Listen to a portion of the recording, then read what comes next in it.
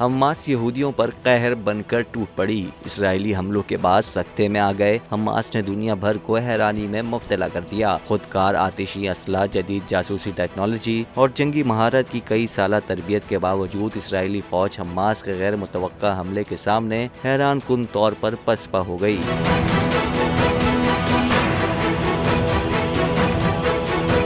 Hamas ने बाकायदा मनसूबा बंदी के साथ इसराइल पर हमला किया। यह हमला इतना अचानक और सबक रफ्तारी से किया गया था कि इसराइली फौज को संभलने का मौका ही नहीं मिला। इसराइली फौज में खलबली मच गई। लोगों की बड़ी तादाद इसराइल से भाग रही है। एयरपोर्ट्स पर हजारों अफराद जा पहुंचे। कई बैनुल अक़वामी एयरलाइंस ने परवाजें बंद कर दी। वाज़ेह रहे कि आलमी जंगी माहिरीन ने भी इसराइल की इस शिकस्त को इंटेलिजेंस की नाकामी और हद से ज्यादा खुद एतमादी को करार देते हुए कहा कि इसराइली फौज ने अपने दुश्मन की ताकत का गलत अंदाजा लगाया।